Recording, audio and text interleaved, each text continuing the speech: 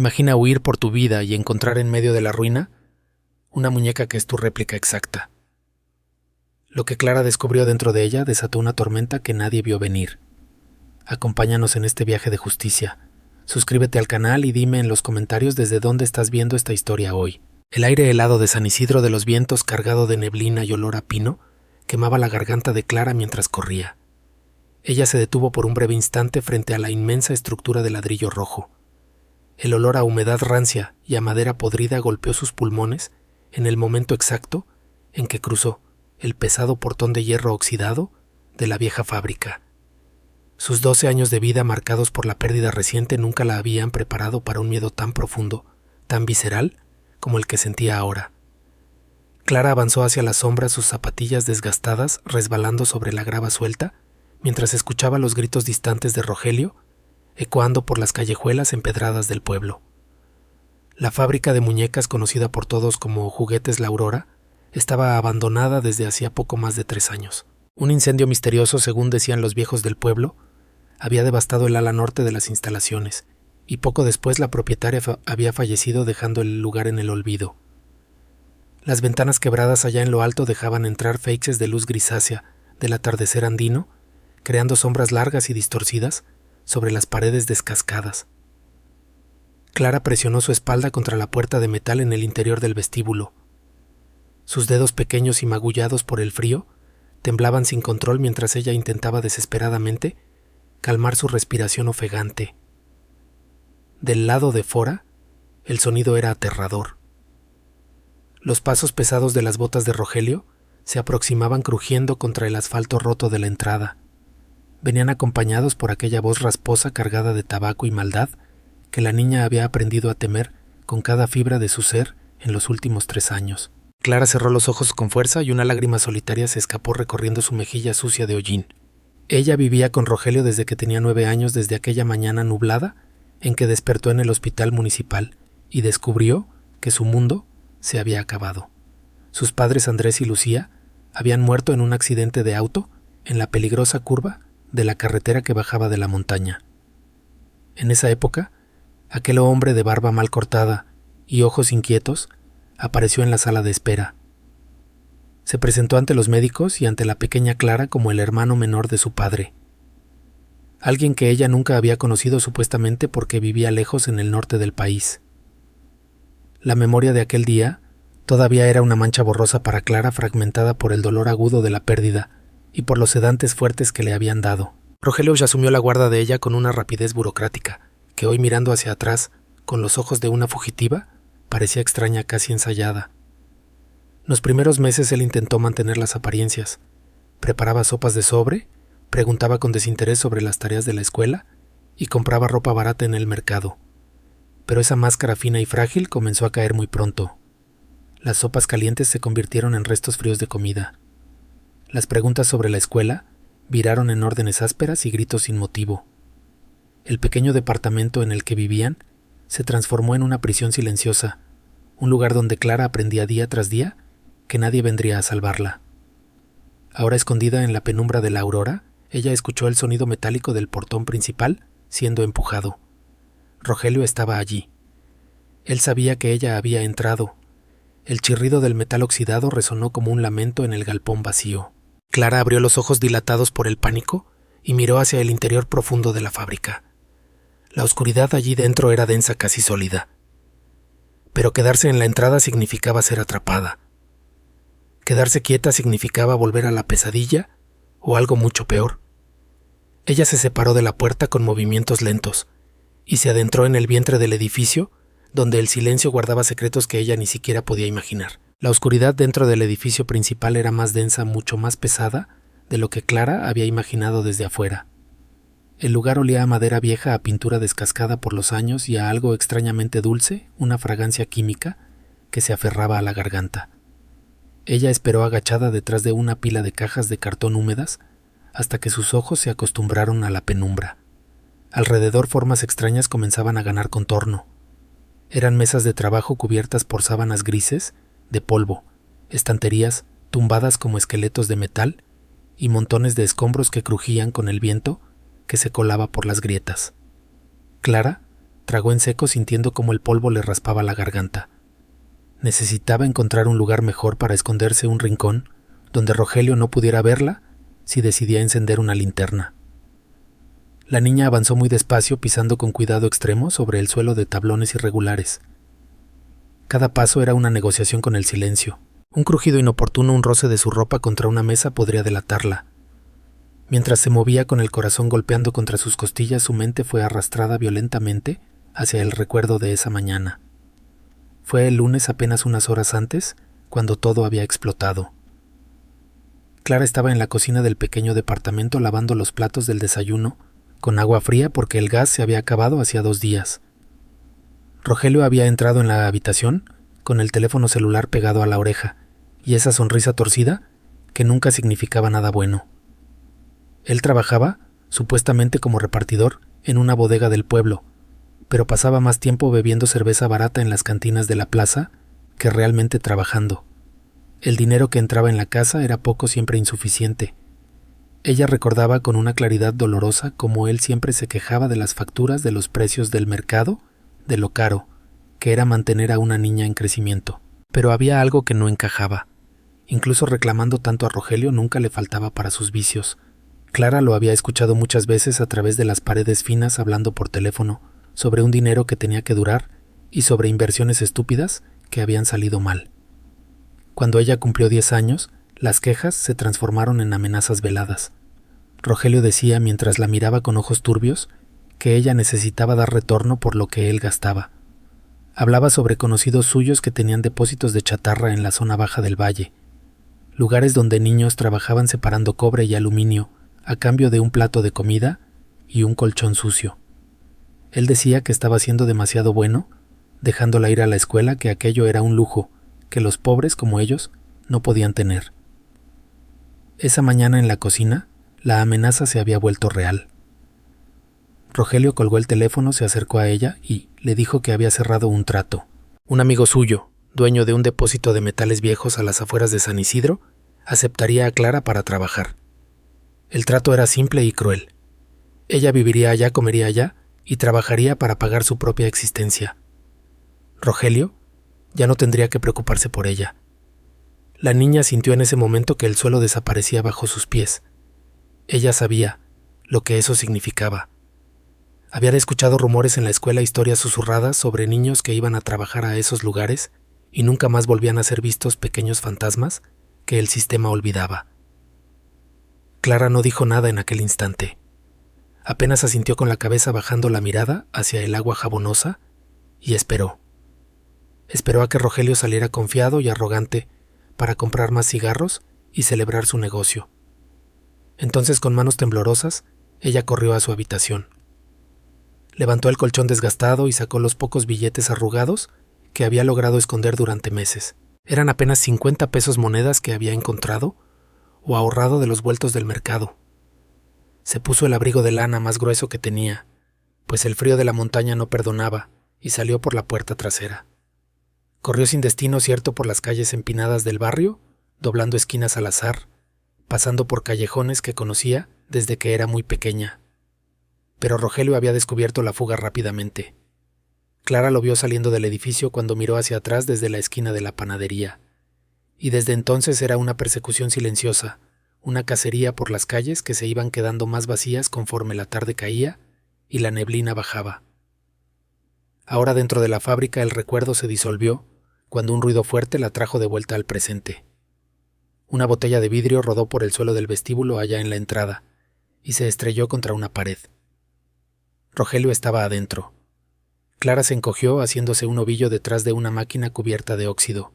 Podía escuchar la respiración agitada de él, amplificada por la acústica cavernosa del lugar. Él gritó su nombre, Clara, con una falsa dulzura que hizo que la piel de la niña se erizara. Decía que saliera, que no fuera tonta, que solo quería hablar. Pero ella sabía la verdad. Sabía que si él la encontraba la llevaría a rastras hacia ese destino oscuro en la chatarrería. Tenía que moverse, tenía que ir más profundo hacia donde la luz del día ya no llegaba. Clara se arrastró con el estómago pegado al suelo frío y sucio, alejándose de la entrada principal, donde Rogelio todavía golpeaba cosas. Sus rodillas protegidas apenas por la tela delgada de sus jeans raspaban contra la madera astillada del piso. Ella avanzó centímetro a centímetro hacia el corazón silencioso de la fábrica. La oscuridad allí era distinta, menos absoluta, rota por rayos de luz, polvorienta, que caían desde las claraboyas altas como lanzas clavadas en el suelo. El aire estaba estancado, cargado de partículas de polvo que bailaban en la luz y que se metían en su nariz, provocando unas ganas terribles de estornudar, que ella tuvo que reprimir, apretando los labios con fuerza. A su alrededor, el escenario cambiaba drásticamente. Ya no eran solo cajas y escombros. Clara había entrado sin darse cuenta en la antigua línea de montaje. Una cinta transportadora de goma negra, ahora agrietada y seca como piel de serpiente muerta, serpenteaba a lo largo del inmenso galpón. La estructura de metal que la sostenía estaba corroída por el óxido, mostrando manchas anaranjadas que parecían heridas abiertas en el hierro. Pero lo que hizo que Clara se detuviera con el aliento atrapado en la garganta no fue la maquinaria. Fueron los habitantes silenciosos de aquel lugar. Cientos de muñecas en diferentes estados de terminación yacían esparcidas por todas partes. Algunas estaban sobre las mesas de trabajo alineadas en filas militares, cubiertas por una capa gris de abandono.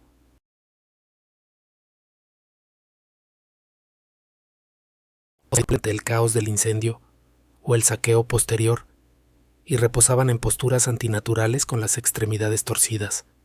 Clara vio canastas de alambre llenas de brazos y piernas de plástico color carne, miembros desmembrados, que esperaban ser unidos a un cuerpo que nunca llegó. Era un espectáculo macabro, una visión que helaba la sangre, especialmente bajo esa luz moribunda del atardecer.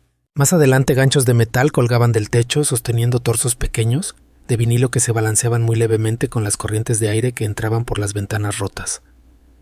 Parecían fantasmas, pequeños almas suspendidas en el limbo, esperando un turno para nacer que se les había negado para siempre. Clara sintió un escalofrío recorrer su espalda, una sensación eléctrica que no tenía nada que ver con el frío de la montaña. Esos juguetes incompletos y olvidados le recordaban dolorosamente a sí misma. Ella también se sentía así, una pieza suelta en un engranaje roto, algo que podía ser desechado o vendido por partes, tal como Rogelio planeaba hacer con su trabajo y su futuro. La niña sacudió la cabeza tratando de alejar esos pensamientos oscuros. No podía permitirse el lujo de la lástima, no ahora. Tenía que seguir moviéndose. Rogelio, allá en la entrada, había dejado de gritar. Ese silencio repentino era de alguna manera peor que los insultos.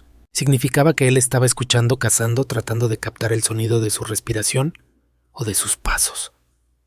Clara se levantó manteniéndose agachada y caminó entre dos largas mesas de ensamblaje.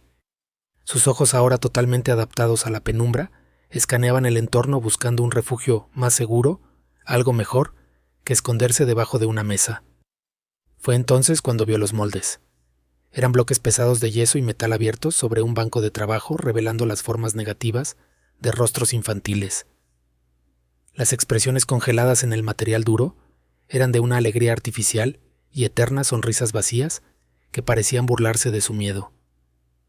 Clara pasó la mano casi sin querer por el borde de una mesa. Sus dedos recogieron una capa gruesa de polvo y grasa vieja.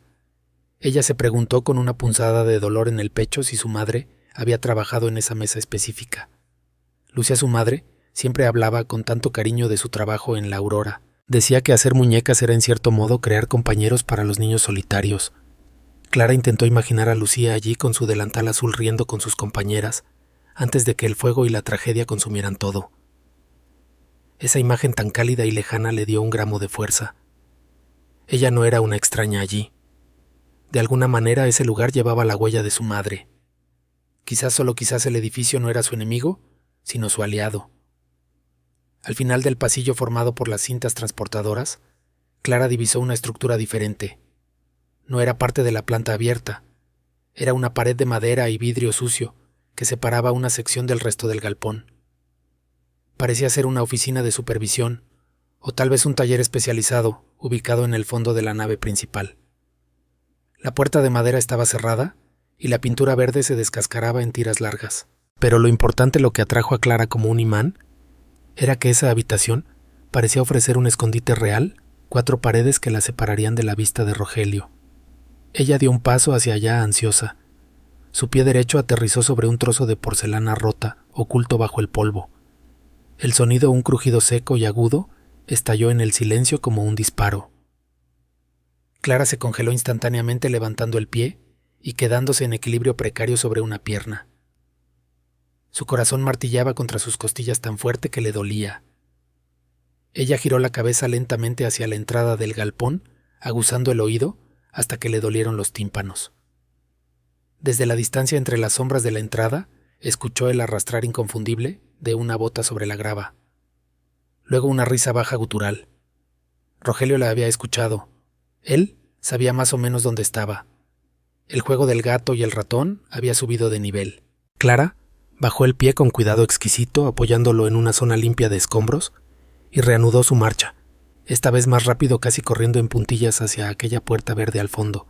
Ya no se trataba solo de esconderse, se trataba de llegar a ese refugio antes de que la silueta de Rogelio emergiera de entre las filas de muñecas muertas. La puerta de madera verde hinchada por la humedad acumulada durante inviernos interminables se resistió al primer empujón de Clara.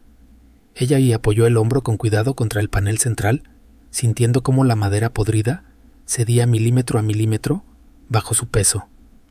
No podía permitirse hacer ruido, no ahora que Rogelio estaba patrullando el galpón principal como un lobo hambriento. Con un último esfuerzo contenido, la puerta se abrió con un gemido grave, un sonido sordo que afortunadamente quedó ahogado por el viento que silbaba afuera.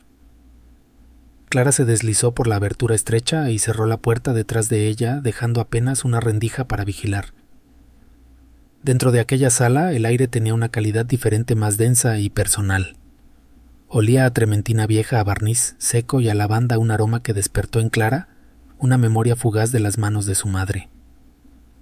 Era un taller de acabado, un espacio íntimo donde los artesanos daban los toques finales a las piezas más delicadas. La luz aquí era escasa, entrando apenas por una ventana pequeña y sucia ubicada en lo alto de la pared oeste. Clara esperó unos segundos, dejando que sus pupilas se dilataran nuevamente mientras su pecho subía y bajaba con un ritmo frenético. A su alrededor el caos era menos violento que en la línea de montaje. Había mesas de trabajo con pinceles secos todavía dentro de frascos de agua evaporada hace años. Había trapos manchados de pintura endurecidos como piedras y bocetos de papel amarillento pegados en las paredes. Clara avanzó esquivando taburetes volcados, sintiéndose como una intrusa en un santuario olvidado. Sus ojos recorrieron las estanterías que forraban las paredes, buscando un rincón oscuro detrás de alguna caja para hacerse invisible.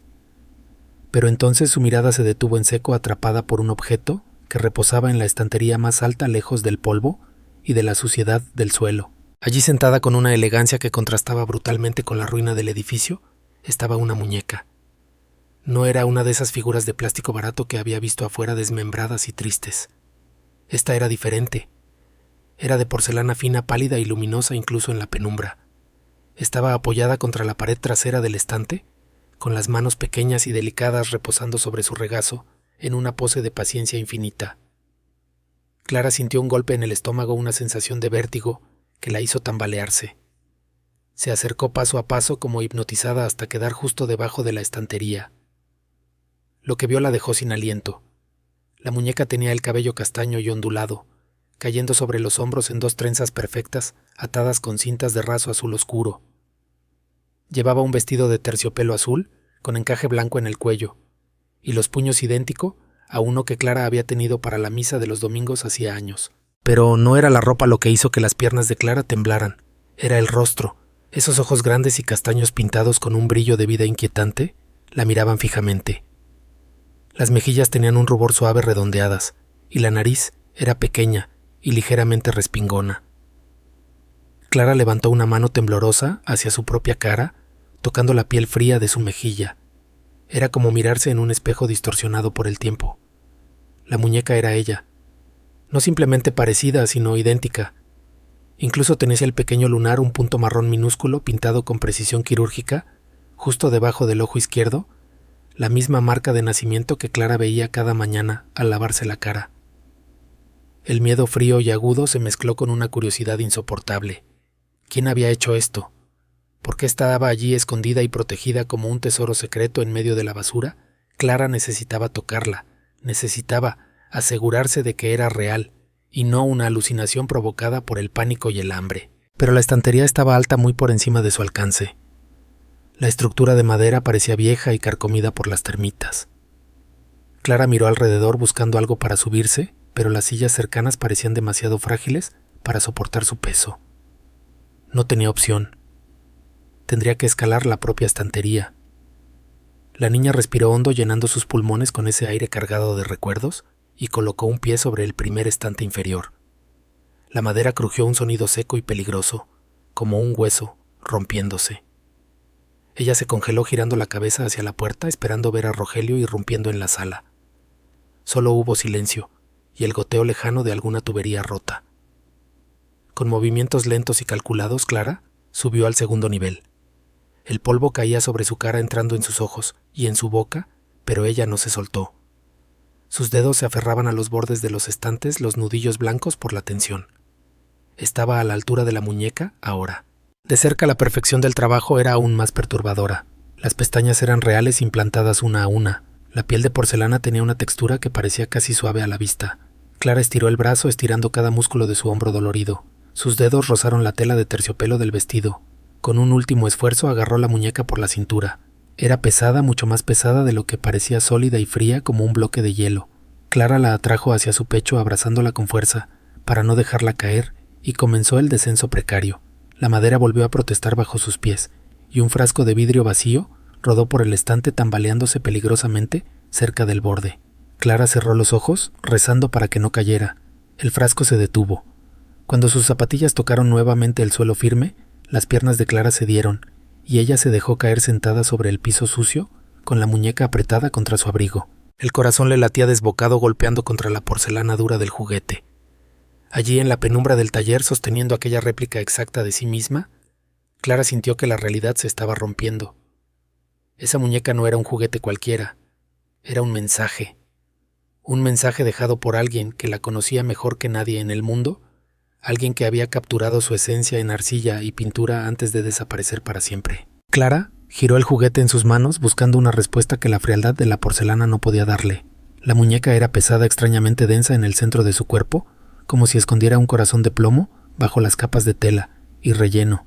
La niña sentía con cada segundo que pasaba una urgencia desesperada por entender el origen de aquel objeto. Sus dedos, todavía entumecidos por el frío de la montaña, comenzaron a explorar la confección del vestido de terciopelo azul. Recorrieron los dobladillos, palparon las costuras invisibles y buscaron cualquier irregularidad en la superficie suave de la tela. Fue en la parte posterior del vestido, justo debajo del cierre de velcro, que facilitaba el cambio de ropa, donde encontró la anomalía. Había una costura diferente, hecha con un hilo de un tono azul, ligeramente más oscuro, casi imperceptible, a simple vista, pero evidente al tacto. No era el trabajo de una máquina industrial. Eran puntadas manuales apretadas y nerviosas como si hubieran sido hechas con prisa y miedo. Clara sintió un nudo en la garganta. Tiró con delicadeza de la tela sobrante en el forro interior. Hubo un sonido suave de tela rasgándose mínimamente y un bolsillo oculto se reveló entre el relleno de algodón y la espalda de porcelana de la muñeca. Dentro sus dedos rozaron algo que no era suave. Era una superficie texturizada fría y orgánica. Con el corazón golpeando contra sus costillas, Clara extrajo el objeto. Era un cuaderno pequeño, no más grande que la palma de su mano, encuadernado en cuero marrón, que estaba desgastado en las esquinas. El olor que emanó del cuaderno al sacarlo de su escondite golpeó a Clara con la fuerza de un huracán físico. Olía a papel viejo, a humedad, pero sobre todo olía a lavanda y a crema de manos. Era el olor de su madre. Era el olor de Lucía tan vívido y real que por un momento Clara esperó sentir los brazos de ella envolviéndola. La niña soltó un sollozo ahogado cubriéndose la boca con una mano para no hacer ruido. Rogelio todavía estaba ahí fuera en algún lugar de la inmensa fábrica y el sonido de su llanto sería una sentencia de muerte. Clara se obligó a respirar tragando las lágrimas saladas y se acercó a la pequeña ventana sucia para aprovechar los últimos rayos de luz gris que entraban del exterior. Abrió el cuaderno con manos que temblaban tanto que las páginas crujieron. La primera hoja estaba en blanco excepto por una fecha escrita en la esquina superior derecha.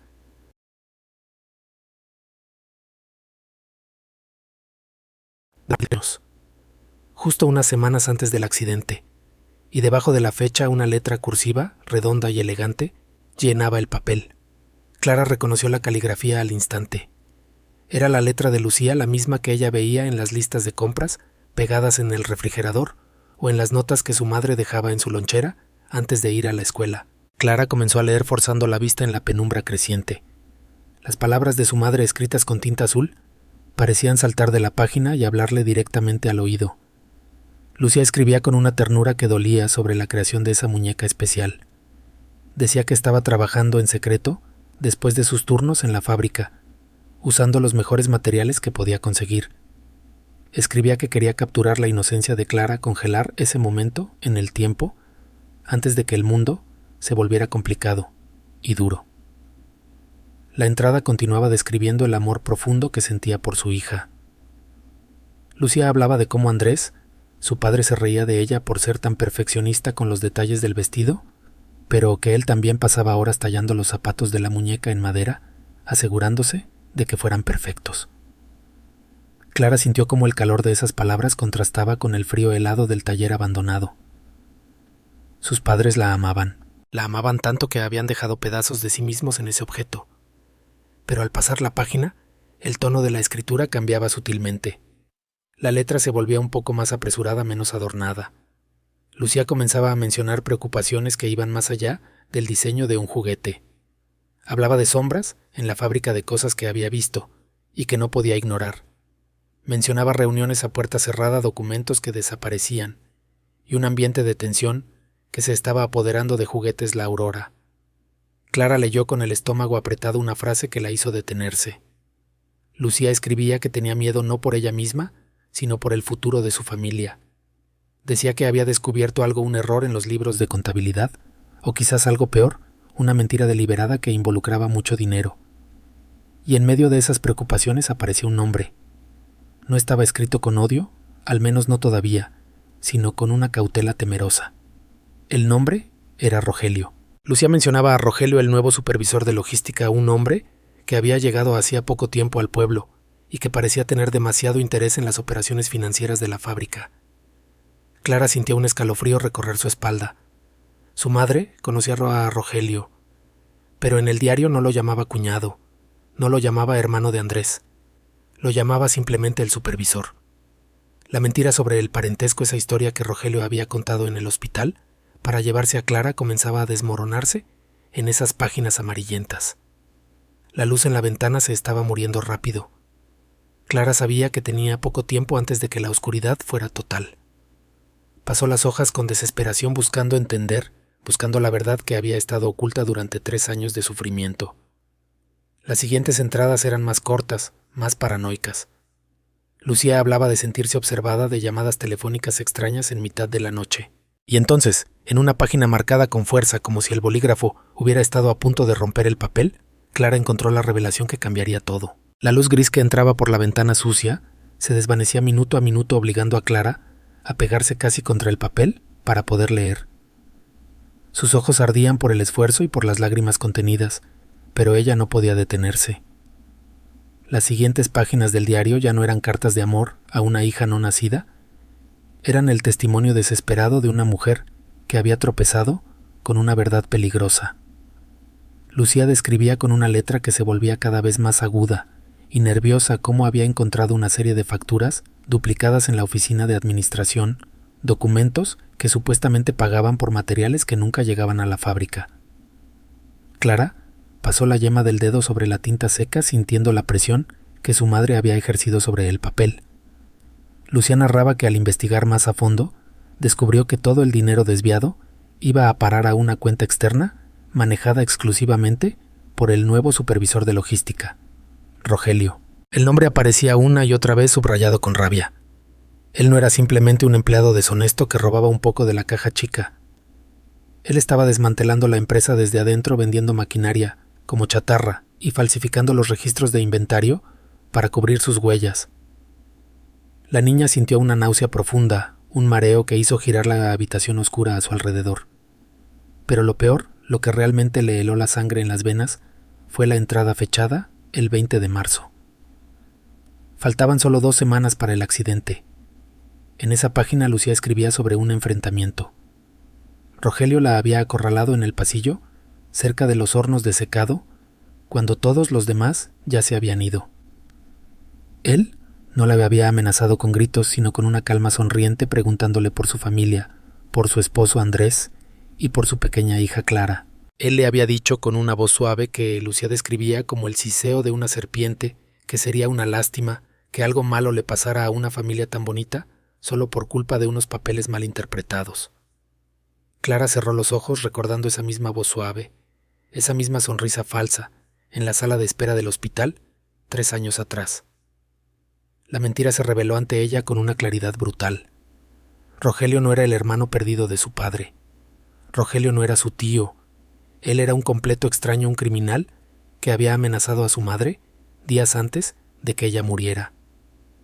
La revelación golpeó a Clara con la fuerza de un impacto físico. Ella se dejó caer hacia atrás, apoyando la espalda contra la pared fría, mientras el cuaderno descansaba abierto sobre sus rodillas. Durante 3 años ella había vivido bajo el mismo techo que el hombre que había aterrorizado a su madre. Había comido la comida que él preparaba, había obedecido sus órdenes, había tratado de buscar en él algún rastro de afecto familiar, pensando que tal vez en el fondo él también sufría por la muerte de su hermano Andrés. Pero todo había sido un teatro macabro. Rogelio nunca tuvo un hermano llamado Andrés. Él había aprovechado la muerte de sus padres, una tragedia conveniente, para asumir el control de la única testigo que quedaba, Clara. Él se había convertido en su guardián legal no por amor, ni siquiera por obligación familiar, sino para asegurarse de que nadie hiciera preguntas sobre el dinero del seguro de vida, y tal vez para vigilar que la hija de Lucía nunca encontrara las pruebas que su madre había escondido. Un sonido metálico fuerte y repentino rompió el hilo de sus pensamientos. Venía de mucho más cerca esta vez. Clara se tensó, sus músculos contrayéndose involuntariamente. Escuchó el ruido de una silla siendo arrastrada violentamente contra el suelo de concreto, probablemente en el taller contiguo. Rogelio estaba perdiendo la paciencia. Ya no se movía con sigilo. Estaba volcando mesas, pateando cajas, destruyendo todo a su paso en su búsqueda frenética. Él gritó de nuevo y esta vez la voz sonó peligrosamente cerca de la puerta verde del taller de acabado. Rogelio rugía, que sabía que ella estaba allí, que podía oler su miedo, que no tenía sentido seguir jugando a las escondidas. Clara miró la muñeca de porcelana sentada a su lado en el suelo, con esa expresión de calma inalterable. Esa muñeca era la prueba. El diario en su interior era la llave para destruir a Rogelio, para mandarlo a la cárcel donde pertenecía. Pero de nada serviría tener la verdad en sus manos si ella no lograba salir de esa fábrica con vida. La niña guardó el cuaderno con manos temblorosas pero decididas en el bolsillo interior de su abrigo, pegado a su pecho.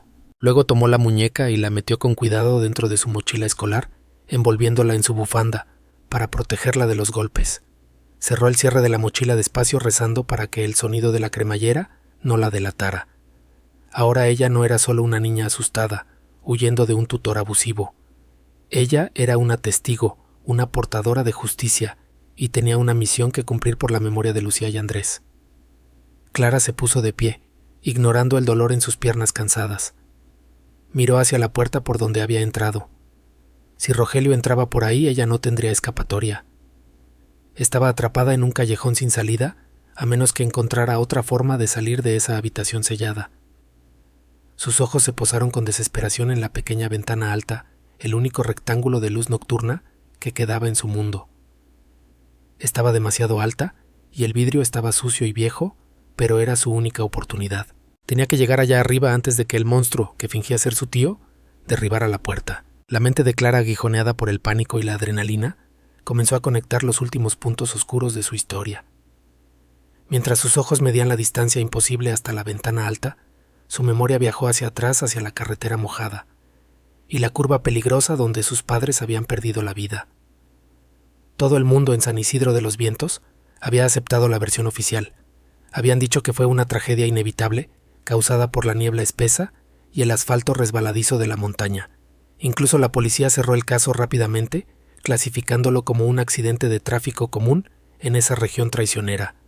Pero ahora, con el peso del diario de cuero contra su pecho, esa versión se desmoronaba como un castillo de arena.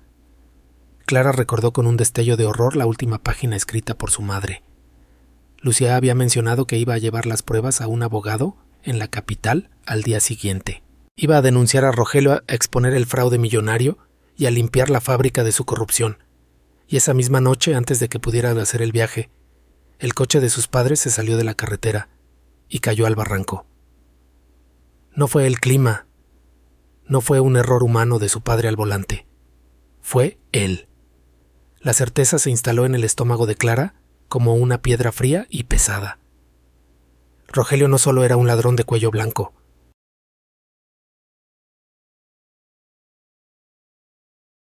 De alguna manera que Lucía estaba a punto de destruirlo, y había actuado para silenciarla, eliminando el problema de raíz, sin importarle llevarse también la vida de Andrés por delante. Clara sintió que las lágrimas se secaban en su cara, reemplazadas por un calor repentino, una furia silenciosa que nacía desde lo más profundo de sus entrañas. Y entonces surgió la otra pregunta, la que explicaba su propia supervivencia. ¿Por qué Rogelio se había hecho cargo de ella? ¿Por qué asumir la molestia de criar a la hija de las personas que había matado? La respuesta llegó a su mente evocada por recuerdos fragmentados de conversaciones telefónicas que ella había escuchado a través de las paredes del departamento, el seguro de vida. Sus padres precavidos y amorosos seguramente tenían una póliza robusta pensada para proteger el futuro de su única hija. Rogelio, con su astucia de depredador, había visto una oportunidad dorada en medio de la sangre. Al falsificar los documentos para convertirse en su tutor legal, él no solo ganaba impunidad al controlar a la única heredera, sino que también ganaba acceso directo a la fortuna del seguro. Clara recordó las visitas al banco en los primeros meses cuando él la hacía esperar en el vestíbulo mientras entraba a hablar con los gerentes, saliendo siempre con sobres abultados y esa sonrisa de satisfacción engreída. Él había estado viviendo de la muerte de sus padres. Había estado bebiendo y fumando el dinero que Lucía y Andrés habían guardado para la universidad de Clara. La rabia le dio una fuerza nueva, una claridad mental que superaba al miedo paralizante. Ella no podía dejarse atrapar. Si Rogelio la encontraba ahora con el diario en su mochila y la verdad en sus ojos, no la enviaría a trabajar a la chatarrería. Él la mataría. Ella era el último cabo suelto, la última amenaza para su libertad y su estilo de vida parásito. Clara miró alrededor del taller de acabado, buscando desesperadamente algo que le permitiera alcanzar la ventana. Había una mesa de trabajo robusta hecha de madera maciza empujada contra la pared opuesta. Estaba cubierta de herramientas viejas y frascos de vidrio llenos de pigmentos secos. Clara corrió hacia ella moviéndose en puntillas tratando de ser tan ligera como una sombra. Agarró el borde de la mesa con ambas manos y tiró. La mesa era pesada, terriblemente pesada.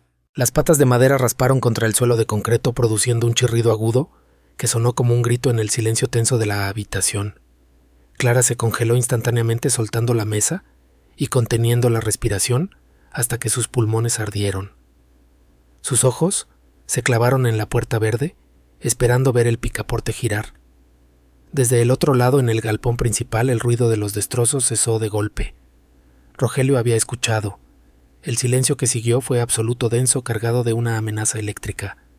Entonces la voz de él llegó ya no a gritos, sino en un tono bajo y conversacional, justo al otro lado de la madera delgada de la puerta. Él dijo que sabía que ella estaba ahí. Dijo que había escuchado el mueble moverse. Le preguntó con una calma psicótica si estaba tratando de remodelar la fábrica antes de irse. Clara sintió el terror subir por su garganta, pero lo tragó a la fuerza. No respondió. No podía darle la satisfacción de oírla llorar. Con una determinación nacida de la desesperación pura, Clara volvió a agarrar la mesa. Esta vez la levantó ligeramente de un lado para evitar el arrastre, usando cada gramo de fuerza que tenía en sus brazos delgados. Sus músculos temblaban violentamente bajo el esfuerzo. Avanzó un paso, luego otro, moviendo el mueble pesado hacia la pared bajo la ventana. El sudor le corría por la frente mezclándose con el polvo y la suciedad. Al otro lado de la puerta, el pomo de metal giró lentamente con un chirrido oxidado que hizo eco en los huesos de Clara. La puerta estaba cerrada con llave o atascada por los años, pero la madera crujió bajo el peso de un cuerpo empujando desde afuera. Rogelio no iba a esperar a que ella abriera. Él iba a entrar a la fuerza. Clara empujó la mesa los últimos centímetros, la soltó con un golpe sordo y se subió encima de ella de un salto, ignorando el dolor en sus rodillas. Estaba más cerca de la ventana, pero todavía no lo suficiente. Necesitaba más altura. Necesitaba ganar tiempo mientras la puerta comenzaba a astillarse bajo los golpes rítmicos y brutales del hombro de Rogelio. Un estruendo seco y violento sacudió las paredes del pequeño taller, haciendo que el polvo acumulado en las vigas del techo cayera como una lluvia gris sobre Clara. La madera del marco de la puerta, vieja y reseca por décadas de abandono, chilló en protesta ante la embestida brutal desde el otro lado. Clara, equilibrada precariamente sobre la mesa de trabajo, sintió que el mueble vibraba bajo sus pies, amenazando con volcarse. Ella miró a su alrededor con los ojos desorbitados, buscando algo más para ganar altura, cualquier cosa que la acercara a esa ventana salvadora. Vio un taburete de madera con una pata ligeramente más corta que las otras, tirado en una esquina sobre un montón de trapos sucios. Sin pensarlo dos veces, saltó de la mesa, ignorando el dolor agudo que recorrió sus tobillos al impactar contra el suelo de concreto. Agarró el taburete con manos frenéticas, sintiendo la madera áspera contra sus palmas, y lo lanzó sobre la superficie de la mesa. El tiempo se estaba acabando. Cada golpe de Rogelio contra la puerta era un segundo menos de vida, un paso más cerca del final que él había planeado para ella. Clara volvió a subir a la mesa, sus movimientos torpes por el terror, y colocó el taburete justo debajo de la ventana. La estructura improvisada era inestable, oscilaba peligrosamente con cada movimiento suyo, pero no había otra opción. Ella subió un pie, luego el otro, sintiendo cómo el taburete se inclinaba hacia la izquierda. Tuvo que apoyar una mano contra la pared fría y húmeda para no caer clavando las uñas en la pintura descascarada. Ahora sí su cara estaba a la altura del vidrio sucio. Fue en ese preciso instante cuando sus dedos tocaron el marco de metal oxidado de la ventana que la puerta del taller finalmente cedió. La madera se partió con un estallido que sonó como un disparo de escopeta, y la puerta se abrió de golpe, golpeando contra la pared interior con una fuerza devastadora. Una nube de astillas y polvo se levantó en la entrada, y de entre esa niebla surgió la figura de Rogelio. Él se detuvo en el umbral, jadeando, con el pecho subiendo y bajando violentamente. La luz tenue que entraba desde el galpón principal recortaba su silueta, haciéndolo parecer más grande, más monstruoso de lo que era en realidad. El olor a sudor, rancio mezclado con el aroma dulce y podrido del licor barato, invadió la pequeña habitación casi al instante, desplazando el olor a lavanda de Lucía. Rogelio levantó la cabeza lentamente y sus ojos, inyectados en sangre, barrieron el espacio en penumbra hasta encontrarla a ella encaramada en lo alto, pegada al techo, como un animal acorralado. Una sonrisa lenta, terrible y cargada de malicia se extendió por su rostro barbudo. Él no gritó esta vez. No hubo insultos ni amenazas a voces. Simplemente soltó una risa baja, un sonido gorgoteante que heló la sangre de Clara. Él murmuró con una voz pastosa y arrastrada que ella era una niña muy traviesa y que las niñas traviesas necesitaban aprender lecciones duras. Rogelio dio un paso hacia adentro, tropezando ligeramente con una caja volcada, pero recuperando el equilibrio con una agilidad sorprendente para alguien tan borracho. Clara sintió que el pánico amenazaba con paralizar sus extremidades. Verlo allí, sin la máscara de tío preocupado, sin la pretensión de civilidad, fue un golpe psicológico brutal. Ese era el hombre real. Ese era el hombre que había empujado el auto de sus padres al vacío. Sus manos grandes y callosas se cerraban y abrían mientras avanzaba hacia la mesa, como si ya estuviera anticipando la sensación de agarrarla y arrastrarla hacia abajo. La niña se obligó a girar la cabeza, rompiendo el contacto visual hipnótico con su verdugo, y se concentró en la ventana. Sus dedos buscaron el pestillo de metal, una pequeña palanca cubierta de capas de pintura vieja y óxido. Tiró de ella con todas sus fuerzas, esperando sentir el clic de liberación, pero el metal no se movió. Estaba fusionado, soldado por años de humedad y falta de uso. La ventana no se abría. Estaba sellada, convertida en una parte sólida de la pared. Un sollozo de frustración pura escapó de la garganta de Clara. Ella empujó el marco con el hombro, golpeó el vidrio con la palma abierta, pero nada cedió. Abajo Rogelio había llegado a la base de la mesa. Él apoyó las manos sobre la superficie de madera y comenzó a sacudirla con violencia, riéndose, mientras veía cómo Clara luchaba por mantener el equilibrio allá arriba. El taburete bailó bajo sus pies y ella tuvo que agacharse abrazándose a sus propias rodillas para no salir despedida hacia el suelo donde él la esperaba con los brazos abiertos. Él le dijo mirando hacia arriba con esos ojos oscuros y brillantes que se bajara por las buenas, que dejara de hacer el ridículo. Dijo que el viaje a la chatarrería sería largo y que él no tenía paciencia para juegos de niños. Pero Clara vio algo más en su mirada. Vio el brillo de la mochila que ella llevaba puesta y la forma en que él miraba el bulto donde estaba la muñeca y el diario. Él sospechaba. Tal vez no sabía exactamente lo que ella había encontrado, pero su instinto de criminal le decía que ella sabía demasiado. Clara miró el vidrio sucio una vez más. A través de la capa de mugre podía ver las luces lejanas de las casas del pueblo, brillando como estrellas inalcanzables en la noche fría. La libertad estaba ahí a solo unos milímetros de distancia, separada por una barrera frágil pero obstinada. No podía abrir la ventana, eso era un hecho, pero eso no significaba que no pudiera pasar a través de ella. Ella se quitó el abrigo de lana rápidamente, quedándose solo con su camiseta delgada en el frío helado del taller. Envolvió la tela gruesa alrededor de su brazo derecho y su codo creando una capa protectora improvisada. Rogelio, al ver que ella se movía, dejó de sacudir la mesa y comenzó a trepar. Puso una bota pesada sobre la superficie de madera, impulsándose hacia arriba con un gruñido de esfuerzo. Clara no miró hacia abajo. Sabía que tenía solo una oportunidad, un solo golpe antes de que esas manos asesinas la agarraran por el tobillo y la arrastraran de vuelta al infierno. Respiró hondo, cerró los ojos por una fracción de segundo y preparó su cuerpo para el impacto. El sonido del vidrio al romperse no fue limpio ni rápido. Fue un estallido sucio, un crujido de resistencia seguido por una lluvia de fragmentos afilados que cayeron hacia el exterior y el interior del taller.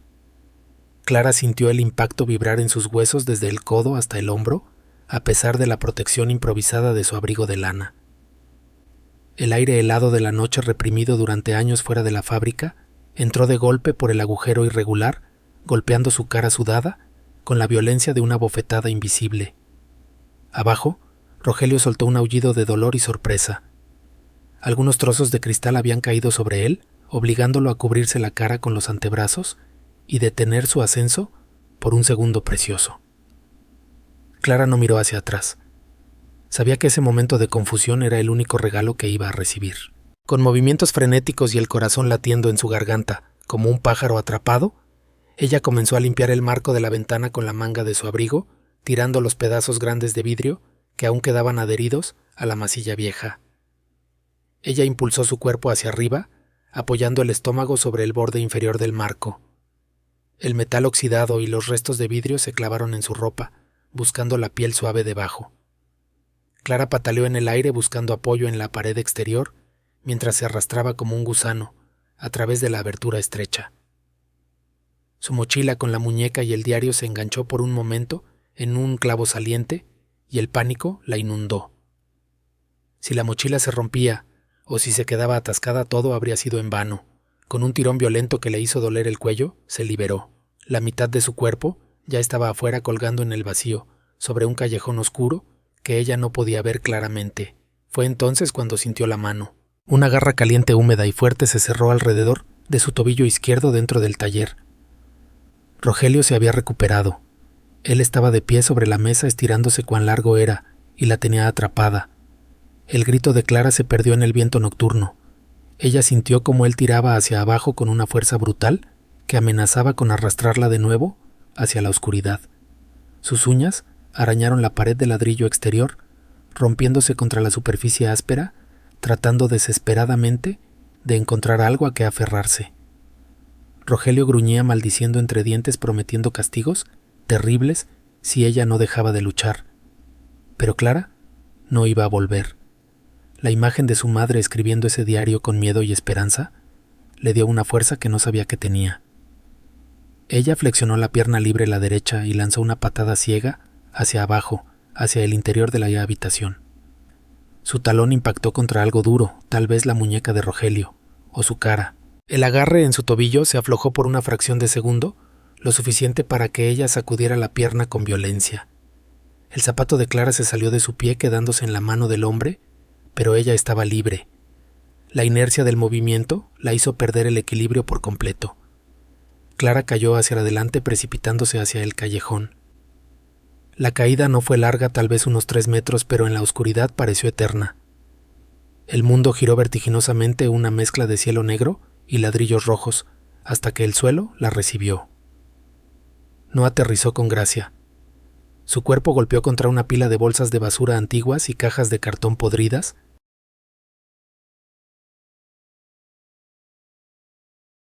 Para que su hombro y su cadera chocaran contra el pavimento duro que había debajo.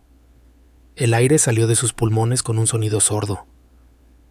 Clara se quedó inmóvil, tendida sobre la basura húmeda, mirando las estrellas borrosas a través de las lágrimas de dolor que llenaron sus ojos. Todo le dolía. Su brazo derecho palpitaba, su cadera ardía y sentía un corte agudo y frío en la pantorrilla izquierda, donde el vidrio probablemente había rasgado el pantalón durante la fuga.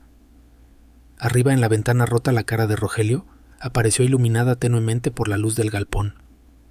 Él intentó pasar la cabeza y los hombros por el agujero, pero era demasiado corpulento para caber por donde Clara había escapado apenas. Él rugió de frustración, golpeando el marco restante con los puños, haciendo caer más cristales sobre el callejón. Él gritó que la iba a encontrar, que no podía correr para siempre, con una sola zapatilla, que el frío de la montaña la mataría antes del amanecer. Esas palabras actuaron como un balde de agua helada sobre Clara. Él tenía razón sobre el frío.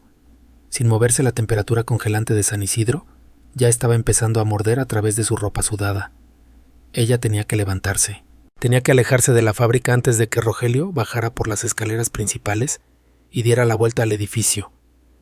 Con un gemido de esfuerzo, Clara rodó sobre su costado y se obligó a ponerse de pie. Su pierna izquierda falló por un momento, enviando una descarga eléctrica de dolor desde la pantorrilla, pero ella apretó los dientes y se mantuvo erguida. Se miró la pierna. El pantalón estaba rasgado y una línea oscura de sangre comenzaba a manchar la tela, brillando a la luz de la luna. Se había cortado profundamente con el borde de la ventana. Clara se ajustó la mochila, sintiendo el peso reconfortante de la muñeca contra su espalda. Se puso el abrigo correctamente, aunque le costó pasar el brazo dolorido por la manga. Cojeando con un pie descalzo, pisando el suelo helado y sucio del callejón, comenzó a moverse. Cada paso era una tortura, una batalla entre el deseo de su cuerpo de rendirse y la necesidad imperiosa de su mente de sobrevivir. El callejón desembocaba en una calle lateral, lejos de la entrada principal, donde Rogelio probablemente aparecería en cualquier momento. Clara se pegó a las sombras de los edificios, evitando los círculos de luz amarilla de los pocos faroles que funcionaban. El viento soplaba con fuerza, trayendo consigo el olor a leña quemada de las chimeneas del pueblo, un olor a hogar que ahora le parecía infinitamente lejano. Ella necesitaba ayuda. Necesitaba llegar a la parte vieja del pueblo donde vivía doña Matilde, pero el camino era largo y su cuerpo estaba empezando a fallar. Miró hacia atrás una última vez. La silueta de la fábrica Juguetes. La aurora se recortaba contra el cielo nocturno como un monstruo dormido. Ya no se oían gritos. Rogelio había dejado de hacer ruido, lo cual era mucho más aterrador. Él estaba cazando de nuevo. Clara se obligó a acelerar el paso, ignorando la sangre caliente que corría por su pierna y el frío que entumecía los dedos de su pie desnudo. La noche apenas comenzaba y la verdadera prueba de resistencia estaba por empezar. El viento helado de la sierra cortaba la piel de Clara como si estuviera hecho de cuchillas invisibles, mientras ella avanzaba por las calles desiertas de San Isidro de los Vientos. Su pie izquierdo, descalzo y entumecido, golpeaba contra los adoquines irregulares, enviando ondas de dolor sordo hacia su pierna herida. La sangre caliente y pegajosa seguía bajando por su pantorrilla, mezclándose con la suciedad del camino, pero el frío extremo comenzaba a actuar como un anestésico cruel, congelando la herida y la sensibilidad de sus dedos. Clara cojeaba, arrastrando su cuerpo agotado bajo la luz parpadeante de las farolas antiguas que zumbaban en el silencio de la noche. Cada sombra que se proyectaba en las paredes de las casas cerradas le parecía la silueta de Rogelio. Cada ruido de hojas secas arrastradas por la brisa sonaba como las botas pesadas de su perseguidor. La niña se pegó a las fachadas de los edificios, buscando refugio en los portales oscuros, cada vez que un perro ladraba a lo lejos. Su destino, el edificio de apartamentos donde vivía doña Matilde, estaba al otro lado del pueblo, en el barrio viejo. Para llegar allí, tenía que cruzar la plaza principal, un espacio abierto y expuesto que le aterrorizaba. Sus fuerzas estaban al límite. El hambre, el frío y la pérdida de sangre estaban creando una niebla en su mente, haciéndola tropezar con sus propios pies. Necesitaba detenerse aunque fuera un minuto para recuperar el aliento y ver qué podía hacer con su pie desnudo antes de que se congelara por completo. Fue entonces al girar en una esquina cuando el olor la golpeó. No era olor a humedad ni a miedo. Era un aroma cálido, dulce y reconfortante. Era olor a levadura y a pan recién horneado. A mitad de la cuadra, una luz dorada se filtraba por debajo de la cortina metálica de un local. La panadería El Trigal. Clara sintió que las lágrimas volvían a sus ojos, esta vez por pura nostalgia física. Ella conocía ese lugar. Su padre Andrés solía comprar allí las empanadas los domingos por la mañana. El dueño, don Anselmo, era un hombre viejo y gruñón, pero que siempre le regalaba una galleta de vainilla cuando ella era pequeña. Clara se acercó a la puerta lateral de servicio, que estaba entreabierta dejando escapar una franja de calor que parecía invitarla a entrar. Ella dudó. Entrar significaba arriesgarse a ser vista a que alguien hiciera preguntas que no podía responder todavía. Pero su pie izquierdo ya no sentía el suelo y el temblor de su cuerpo era incontrolable. Empujó la puerta con suavidad, haciendo sonar una campanilla de bronce que colgaba en el marco. El interior de la panadería estaba impregnado de un calor delicioso, proveniente de los grandes hornos de ladrillo al fondo. Don Anselmo estaba allí de espaldas sacando una bandeja de panecillos con una pala de madera larga. El anciano se giró al oír la campana con el ceño fruncido, listo para echar a cualquier borracho o vagabundo que hubiera entrado a pedir. Pero cuando vio a Clara parada en el umbral, sucia, sangrando y temblando su expresión, cambió de la molestia al horror absoluto. El panadero soltó la pala sobre la mesa de trabajo, llenando el aire de harina, y se acercó rápidamente limpiándose las manos en su delantal blanco. Él susurró su nombre con incredulidad, preguntando si era ella la hija de Andrés, la niña que vivía con ese hombre extraño. Clara no pudo hablar, sus dientes castañeteaban demasiado fuerte. Ella solo señaló su pierna herida y su pie descalzo. Don Anselmo, entendiendo la urgencia sin necesitar palabras, la guió hasta una silla de madera cerca del horno. El calor del fuego comenzó a descongelar sus huesos, provocando un dolor agudo cuando la circulación volvió a sus extremidades. Don Anselmo desapareció por un momento en la trastienda y regresó con un trapo limpio, una botella de alcohol y un par de zapatillas viejas de tela que probablemente eran de su esposa. Él se arrodilló frente a ella con una delicadeza sorprendente para sus manos grandes y toscas, y comenzó a limpiar la sangre seca de su pierna. El alcohol ardió como fuego líquido, y Clara tuvo que morderse el labio para no gritar, aferrándose al borde de la silla, hasta que sus nudillos se pusieron blancos. Don Anselmo murmuró que el corte era feo, profundo, pero que no había tocado ninguna arteria importante. Él vendó la herida con el trapo limpio, apretando lo suficiente para detener cualquier sangrado residual.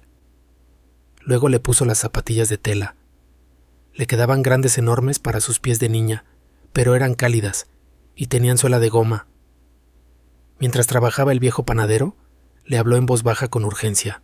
Le dijo que había visto a Rogelio esa misma tarde comprando licor en la tienda de la esquina, y que el hombre tenía una mirada de loco, hablando solo y maldiciendo.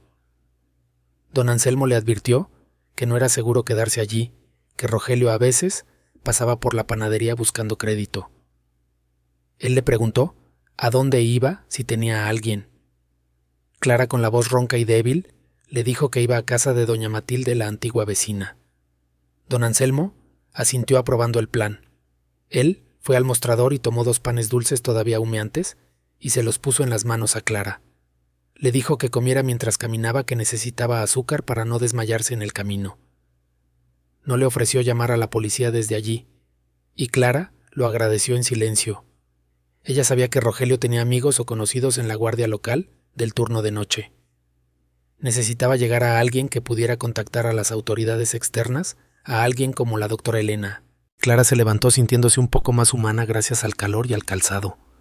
Miró a don Anselmo a los ojos y le dio las gracias con un susurro. El anciano le puso una mano en el hombro, apretando suavemente, y le dijo que corriera, que se mantuviera en las sombras y que Dios la acompañara. Clara salió de nuevo a la noche helada, pero esta vez el frío ya no mordía con tanta crueldad. Llevaba el sabor del pan dulce en la boca, zapatos en los pies, y la certeza de que no todo el mundo era como Rogelio. Había bondad en San Isidro y ella estaba decidida a sobrevivir para verla florecer de nuevo. El trayecto desde la panadería hasta el antiguo edificio de apartamentos duró 40 minutos de angustia pura. Clara caminaba por las aceras conocidas pegándose a las paredes de piedra, siempre atenta al rugido de cualquier motor que rompiera el silencio de la noche. Las zapatillas de tela que don Anselmo le había regalado eran demasiado grandes para sus pies y la obligaban a arrastrar los pasos con un sonido rítmico, un siseo suave sobre el pavimento húmedo que la ponía nerviosa. Ella mantenía la mochila apretada contra su pecho, protegiendo a la muñeca de porcelana, y al diario como si fueran órganos vitales que le hubieran arrancado del cuerpo. Para ella, esos objetos eran la única prueba de que su vida anterior, la vida feliz con Lucía y Andrés, había sido real. Al cruzar la esquina de la calle Los Álamos, el viejo edificio de 4 pisos apareció ante su vista, recortado contra el cielo nublado. La fachada de estuco amarillo estaba más descolorida de lo que recordaba, manchada por la lluvia ácida y el hollín de los autobuses, pero seguía allí, resistiendo el paso del tiempo. Clara sintió un nudo apretado en la garganta, una mezcla dolorosa de alivio y tristeza que casi la hizo doblar las rodillas. Ese lugar estaba cargado de fantasmas. Allí estaba el pequeño parque enfrente con los columpios oxidados, donde su padre la empujaba, hasta que ella sentía que podía tocar las nubes con los pies. Allí estaba el banco de madera bajo el viejo pino, donde su madre se sentaba a leer mientras la vigilaba. Todo parecía más pequeño ahora, menos mágico, cubierto por esa capa gris de abandono que parecía haber tragado a todo el pueblo desde que ellos murieron. Clara cruzó la calle corriendo sintiendo que estaba expuesta visible para cualquiera que mirara desde las ventanas oscuras. Entró en el vestíbulo del edificio, donde la puerta principal nunca tenía cerradura, y el olor familiar, a cera para pisos y comida casera, la golpeó con fuerza. Subió las escaleras peldaño a peldaño apoyando todo su peso en el pasamanos de madera para aliviar la presión sobre su pierna herida. El vendaje improvisado por don Anselmo estaba aguantando, pero el dolor era un latido constante, un recordatorio de los vidrios rotos y de la caída. Llegó al segundo piso sin aliento y se detuvo frente a la puerta del apartamento, 2B. Su antigua casa, la puerta de la izquierda, estaba cerrada y oscura, con una acumulación de correo viejo en el suelo que nadie se había molestado en recoger. Pero la puerta de la derecha, la del apartamento de doña Matilde, tenía una franja de luz cálida, escapando por debajo del umbral. Clara levantó la mano para tocar el timbre y dudó. Por un segundo el miedo la paralizó. ¿Y si doña Matilde ya no vivía allí? ¿Y si no la reconocía? ¿Y si, peor aún, Rogelio había llegado primero y la estaba esperando dentro? La niña miró sus manos sucias, sus uñas negras de tierra y su ropa manchada de sangre. Se sentía como un animal salvaje, algo roto y peligroso, que no merecía entrar en un hogar decente. Pero no tenía a dónde más ir. Respiró hondo, cerró los ojos y presionó el botón del timbre. El sonido fue un zumbido grave amortiguado por las paredes gruesas. Pasaron segundos que parecieron horas. Clara escuchó pasos lentos arrastrados acercándose desde el interior. El ojo mágico de la puerta se oscureció momentáneamente. Luego se escuchó el sonido de una cadena de seguridad siendo retirada y el giro de una llave pesada. La puerta se abrió despacio revelando a doña Matilde. La mujer estaba más vieja de lo que Clara recordaba, más encorvada, con el cabello completamente blanco, recogido en un moño suelto y usando una bata de lana gruesa sobre su pijama. Pero sus ojos, detrás de unas gafas de montura gruesa, eran los mismos. Eran ojos amables, inteligentes, que ahora miraban con confusión a la figura pequeña y temblorosa en su pasillo. Matilde entrecerró la mirada ajustándose las gafas.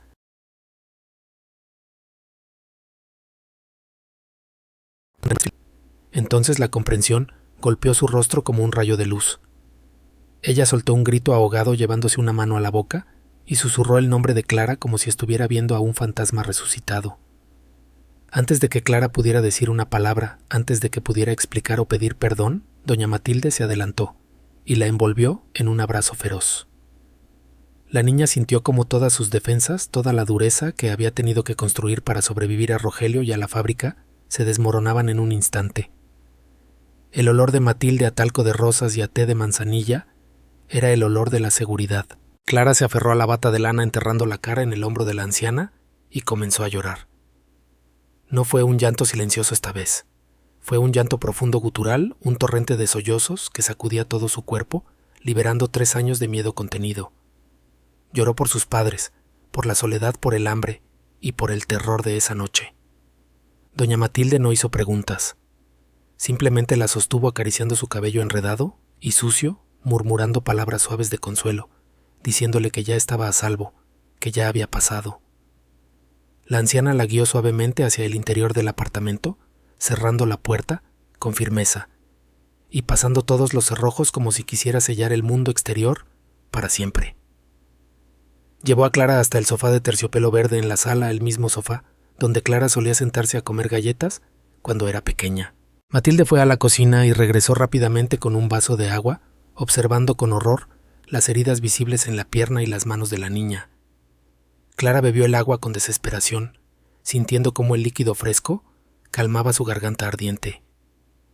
Cuando finalmente pudo hablar con la voz rota y ronca, no perdió el tiempo. Miró a doña Matilde a los ojos con una intensidad que asustó a la anciana y le dijo que Rogelio no era su tío. Le dijo que él había matado a sus padres. Le dijo que tenía pruebas. Matilde se quedó inmóvil con el vaso vacío, aún en la mano, palideciendo visiblemente. Ella se le escuchó en silencio absoluto mientras Clara sacaba la muñeca de la mochila y extraía el diario de cuero. La niña abrió el cuaderno en la mesa de centro bajo la luz de la lámpara y le mostró a su vecina la letra de Lucía. Era el momento de la verdad. Clara sabía que esa noche no era el final, sino el comienzo de una guerra, y necesitaba que doña Matilde fuera su primer soldado. La luz gris de la mañana de San Isidro entraba tímidamente por las cortinas de encaje del apartamento. Clara despertó en el sofá de terciopelo con el cuello rígido y el cuerpo dolorido, pero por primera vez en 3 años no despertó con miedo inmediato. El olor a café fuerte, recién colado, llenaba la sala mezclándose con el aroma antiguo de los muebles de madera. Ella se sentó despacio frotándose los ojos hinchados y vio a doña Matilde sentada en el sillón de enfrente, todavía con la misma ropa de la noche anterior. La anciana no había dormido. Tenía el diario de Lucía abierto sobre su regazo, y sus ojos estaban rojos, cansados de llorar y de leer una verdad que era demasiado dolorosa para aceptar. Matilde levantó la vista y al ver a Clara despierta intentó sonreír, pero fue una mueca triste y frágil. Ella cerró el cuaderno con cuidado, pasando la mano sobre la cubierta de cuero, desgastado como si estuviera acariciando la mano de una vieja amiga. Le dijo a Clara con voz ronca que había leído cada página, cada palabra que Lucía había dejado escrita. Dijo que siempre había tenido una mala sensación sobre Rogelio, una desconfianza instintiva, que nunca pudo justificar, pero que jamás imaginó la magnitud de la maldad que ese hombre escondía. Ahora, con la evidencia en sus manos, la duda se había convertido en una certeza de acero. La anciana se levantó con un crujido de sus articulaciones y fue hacia el teléfono fijo que estaba en una mesita del pasillo. Marcó un número de memoria con dedos que temblaban ligeramente por la ira contenida. Habló en voz baja pero firme con alguien al otro lado de la línea. Clara escuchó cómo mencionaba términos legales: urgencia y peligro de vida. Cuando colgó, Matilde regresó a la sala con una determinación nueva en su rostro. Le dijo a Clara que se lavara la cara y comiera algo rápido. Tenían una cita. Su amiga de toda la vida, la doctora Elena, una abogada penalista que no le temía a nadie en el pueblo, las estaba esperando en su despacho antes de que abriera al público. El trayecto hacia el centro de San Isidro fue una prueba de nervios para Clara. Iban en el viejo automóvil de Matilde, un sedán que olía a naftalina y que tosía humo negro en cada semáforo. Clara iba encogida en el asiento del copiloto con la cabeza baja, mirando a través del vidrio con terror. Cada hombre que caminaba por la acera con una chaqueta oscura le parecía Rogelio. Cada camioneta que pasaba cerca le hacía contener la respiración. Ella abrazaba su mochila contra el pecho, sintiendo la forma dura de la muñeca a través de la tela, su único escudo contra el mundo exterior. El despacho de la doctora Elena estaba ubicado en un edificio de piedra, cerca de la plaza principal, un lugar que inspiraba seriedad y silencio. Al entrar, el ambiente cambió. Las paredes estaban forradas de libros de leyes, tomos gruesos y polvorientos que parecían contener todas las reglas que Rogelio había roto. La abogada las recibió en la puerta. Elena era una mujer alta de unos 50 años con el cabello corto y gris y una mirada afilada detrás de unas gafas de lectura que colgaban de una cadena dorada. No hubo saludos formales ni tiempo para cortesías. Ella hizo pasar a Clara y a Matilde a su oficina privada y cerró la puerta con llave. Clara se sentó en una silla de cuero inmensa, sintiéndose muy pequeña, mientras Matilde colocaba el diario y la muñeca sobre el escritorio de caoba. La doctora Elena se sentó, encendió una lámpara de luz verde y comenzó a examinar el cuaderno. El silencio en la habitación era absoluto, solo roto por el sonido de las páginas al pasar y el tic-tac de un reloj de péndulo en la pared. Clara observaba la cara de la abogada, buscando alguna señal, algún indicio de que les creía.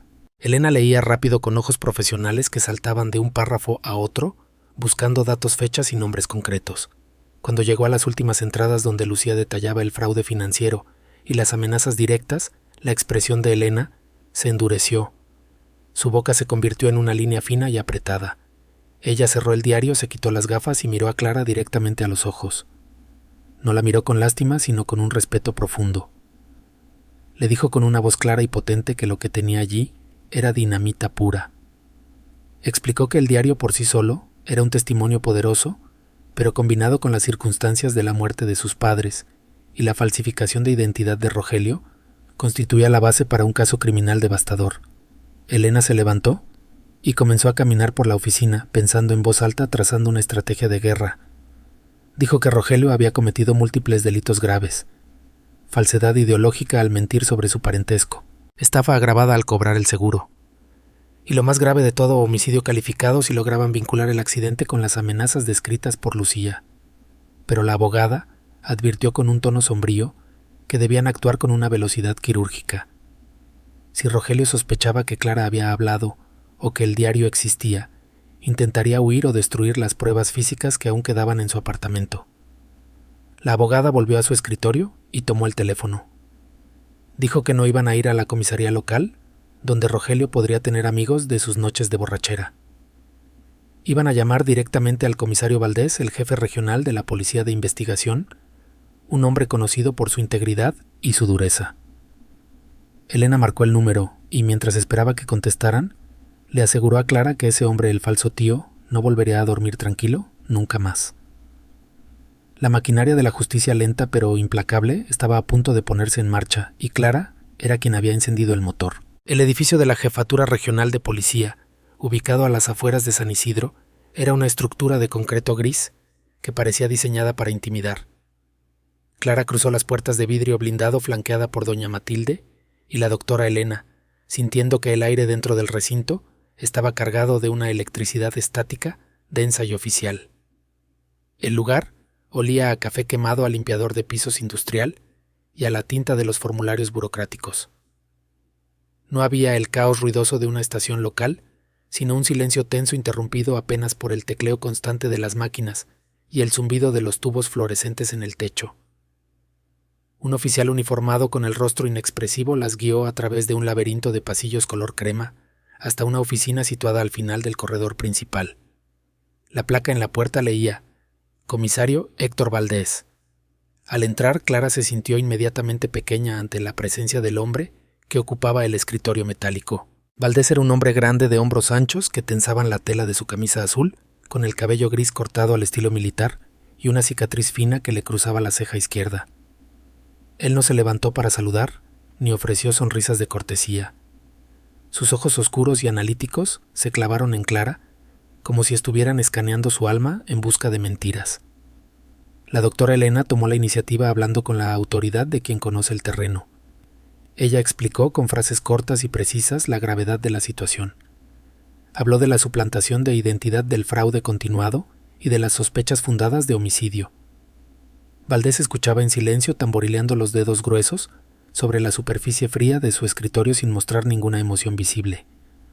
Cuando la abogada terminó su exposición inicial, el comisario levantó una mano, pidiendo silencio, con un gesto simple, pero imperativo. Él se inclinó hacia adelante ignorando a las dos mujeres adultas y dirigió toda su atención a la niña sentada en la silla de plástico duro. Su voz era grave, profunda, resonando en el pecho de Clara como un trueno lejano. Le dijo que necesitaba escucharla a ella. No quería la versión legal ni la interpretación de los adultos. Quería saber exactamente qué había pasado en la fábrica y por qué creía que ese hombre Rogelio era un asesino.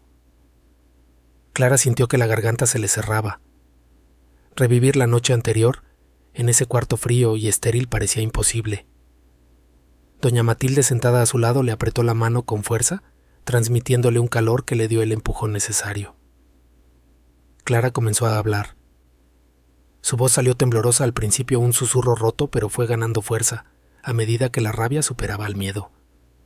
Contó sobre la persecución en el galpón, sobre el sonido de las botas de Rogelio, sobre el descubrimiento de la muñeca en el estante alto.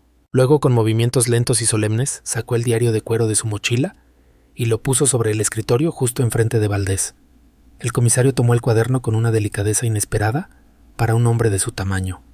Abrió las páginas marcadas por la doctora Elena y comenzó a leer. La habitación se sumió en un silencio absoluto pesado, donde solo se escuchaba la respiración agitada de Clara. Ella observaba la cara del comisario buscando cualquier cambio, cualquier señal de que le creía. Vio cómo la mandíbula de Valdés se tensaba. Vio cómo sus ojos se estrechaban al leer los pasajes sobre las amenazas y el desfalco. Cuando llegó a la última entrada, aquella que predecía la tragedia, el comisario cerró el cuaderno con un golpe seco que hizo saltar a Clara en su asiento. Valdés se pasó una mano por la cara frotándose los ojos con cansancio y luego miró a la doctora Elena. Dijo con un tono que ya no tenía rastro de escepticismo que aquello era sólido. Dijo que la letra, las fechas y los antecedentes que ya había mandado verificar en la base de datos pintaban un cuadro muy feo. Elena aprovechó el momento para presionar la herida. Le recordó al comisario que Rogelio era inestable, que era un alcohólico violento.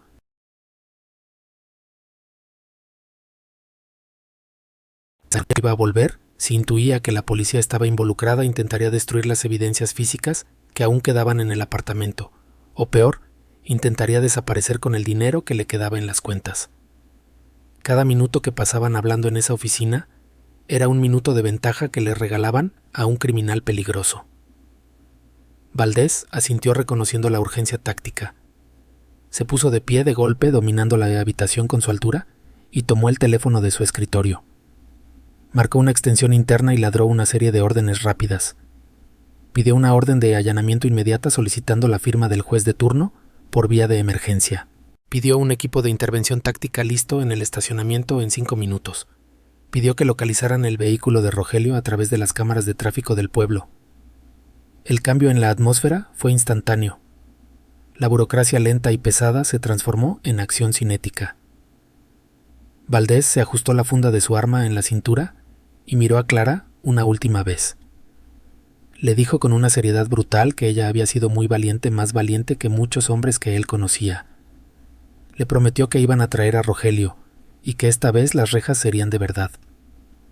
Luego salió de la oficina como un vendaval, dejando la puerta abierta y el eco de sus botas resonando en el pasillo, marcando el inicio del fin para el falso tío. Clara soltó el aire que había estado conteniendo, sintiendo que por primera vez el miedo cambiaba de bando. Ahora era Rogelio quien debía tener miedo. En el interior del pequeño departamento el aire estaba viciado por el humo de cigarrillo barato y el olor agrio del miedo. Rogelio se movía de un lado a otro de la sala con una frenesí desordenada, tropezando con las botellas vacías que cubrían el suelo, como una alfombra de cristal verde. Sus manos manchadas de nicotina temblaban violentamente mientras intentaba cerrar la cremallera de una maleta de viaje vieja y desgastada. Dentro había metido todo lo que consideraba valioso.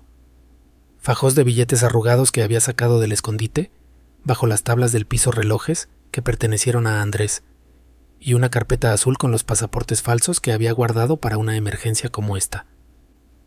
Él sabía que el tiempo se había acabado. La huida de Clara no era una simple travesura de una niña rebelde. Él había visto la ventana rota en la fábrica, había visto la sangre en el vidrio y su instinto de superviviente afilado. Por años de estafas y huidas le gritaba que la red se estaba cerrando. Rogelio maldijo entre dientes luchando con el cierre atascado de la maleta. Si lograba llegar a la terminal de autobuses antes del mediodía, podría perderse en la capital, desaparecer entre la multitud y empezar de nuevo en otro lugar lejos de las montañas y de los fantasmas de San Isidro. Un sonido metálico pesado y definitivo resonó en el pasillo exterior del edificio. No eran pasos normales. Era el sonido de botas tácticas, muchas de ellas, subiendo las escaleras con una coordinación militar. Rogelio se congeló con los ojos clavados en la puerta de entrada. El silencio que siguió fue breve, apenas un segundo de calma antes de la tormenta, pero fue suficiente para que él entendiera que no iba a llegar a la terminal. El golpe del ariete policial contra la puerta fue devastador. La madera, debilitada por la humedad y los años, estalló hacia adentro con una lluvia de astillas y polvo. Rogelio soltó la maleta y retrocedió tropezando con el sofá, mientras el vestíbulo se llenaba de figuras vestidas de negro, cascos y escudos. Los gritos de los oficiales eran ensordecedores, órdenes cortas y precisas que rebotaban en las paredes estrechas del departamento. Le ordenaron que se tirara al suelo, que pusiera las manos donde pudieran verlas, que no intentara ninguna estupidez. Pero el pánico es un animal irracional. En lugar de rendirse, Rogelio intentó correr hacia la ventana del balcón, quizás pensando en saltar hacia el techo del edificio vecino, o simplemente buscando una salida que no existía. No llegó lejos. 2 oficiales se le echaron encima antes de que pudiera tocar el vidrio, derribándolo con una fuerza contundente.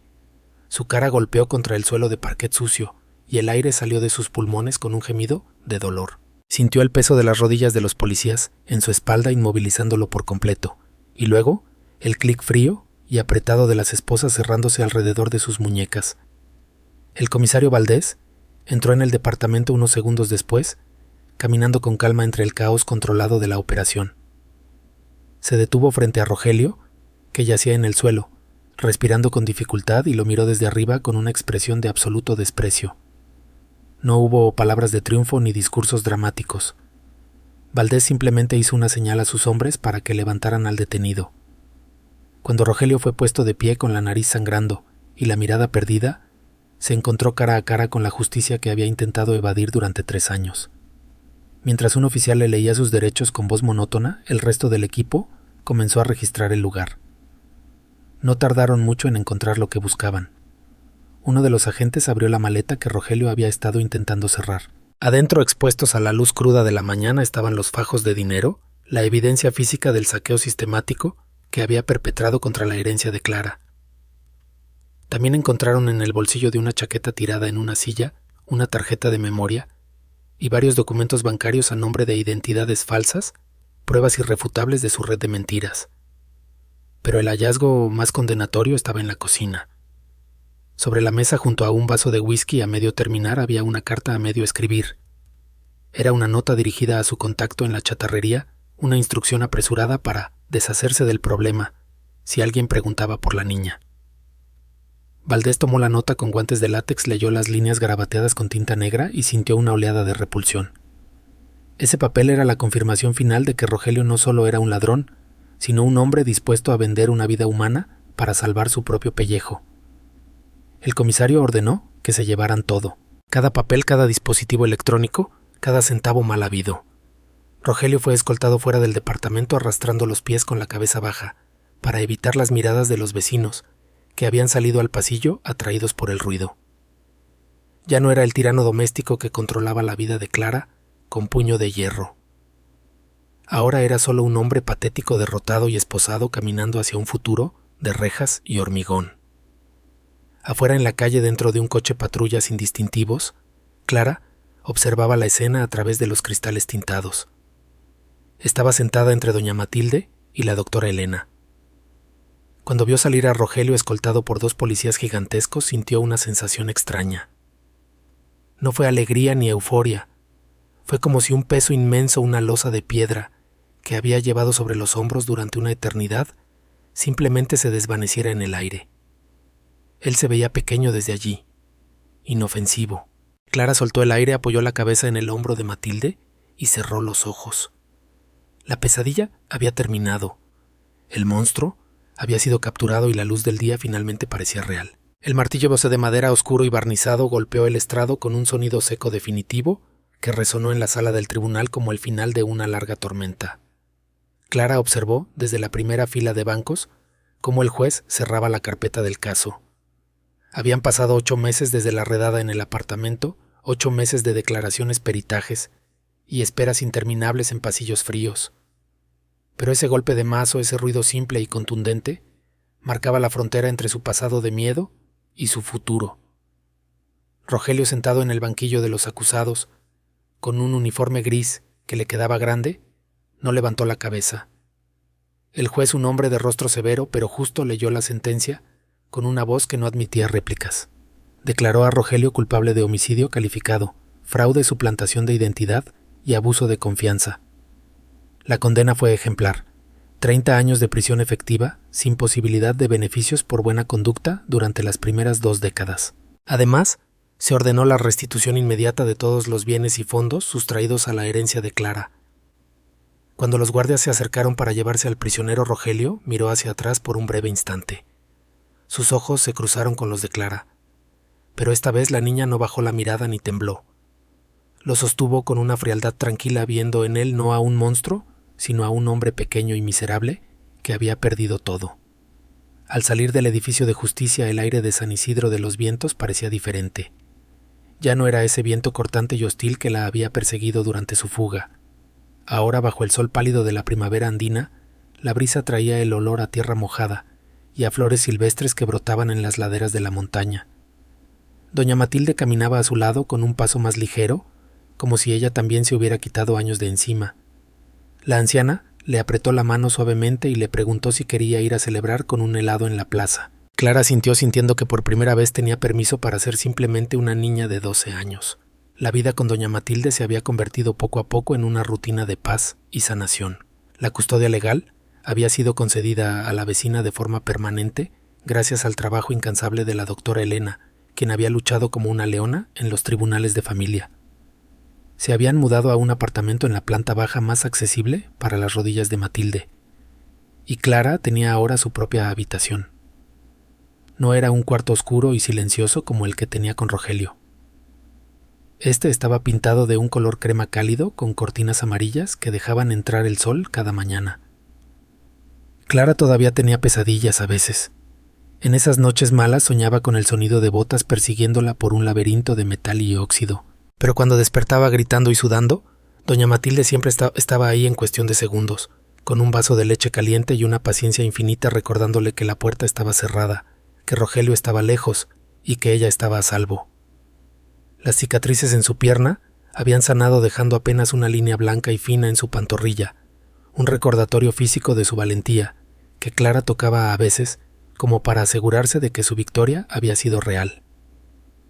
Esa tarde, después del juicio, Clara entró en su habitación y se dirigió a la estantería de madera que estaba junto a su cama. Allí, en un lugar de honor lejos del polvo y el olvido, estaba la muñeca. Su vestido de terciopelo azul había sido limpiado y planchado. Su cabello castaño estaba peinado en trenzas perfectas. Ya no era un objeto inquietante encontrado en una ruina. Ahora era el legado de Lucía, la prueba tangible del amor de una madre que había trascendido incluso a la muerte. Clara tomó la muñeca con cuidado y se sentó en el borde de la cama.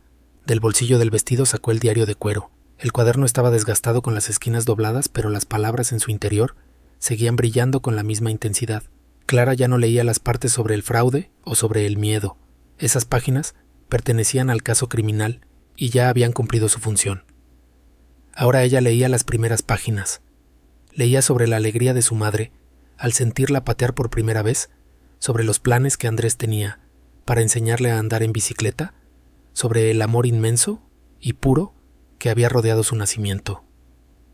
Ella pasó los dedos sobre la letra de Lucía, cerrando los ojos para imaginar la voz de su madre, leyéndole esas palabras al oído. No estaba sola. Nunca lo había estado realmente.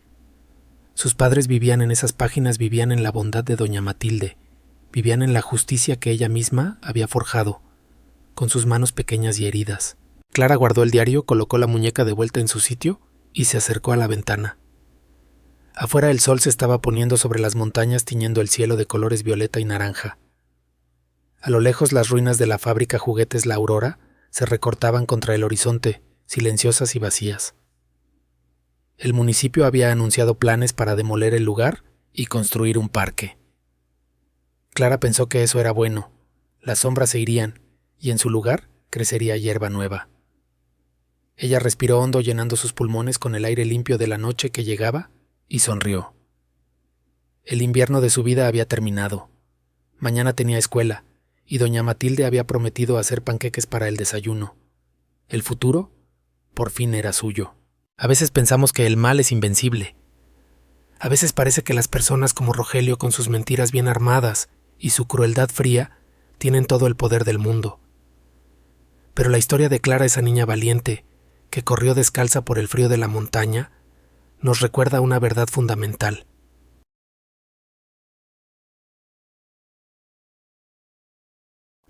Puede que construyan muros a su alrededor, pero tarde o temprano siempre encuentra una grieta por donde salir. El amor de Lucía y Andrés no desapareció en aquel accidente en la curva. Ese amor sobrevivió escondido en la porcelana y el papel, esperando pacientemente el momento de salvar a su hija. Nos enseña que aquellos que amamos y que ya no están nunca, nos dejan del todo. Nos dejan pistas, nos dejan fuerza y nos dejan la certeza de que somos capaces de cosas extraordinarias cuando defendemos lo que es justo. Y también nos enseña sobre la familia, porque la familia no siempre es la que lleva nuestra sangre. A veces la verdadera familia es una vecina anciana que nos abre la puerta en nuestra noche más oscura y nos ofrece un refugio y un vaso de agua. Espero que esta noche, al irte a dormir, recuerdes que no importa cuán oscura parezca tu propia fábrica, abandonada, siempre hay una ventana que se puede romper para salir hacia la luz. Siempre hay un camino de regreso a casa. Si el coraje de Clara tocó tu corazón y si tú también crees que la bondad es más fuerte que el miedo, te invito a que te quedes con nosotros. Suscríbete al canal para que sigamos compartiendo estas historias de vida, de lucha y de esperanza, porque en esta comunidad nadie camina solo.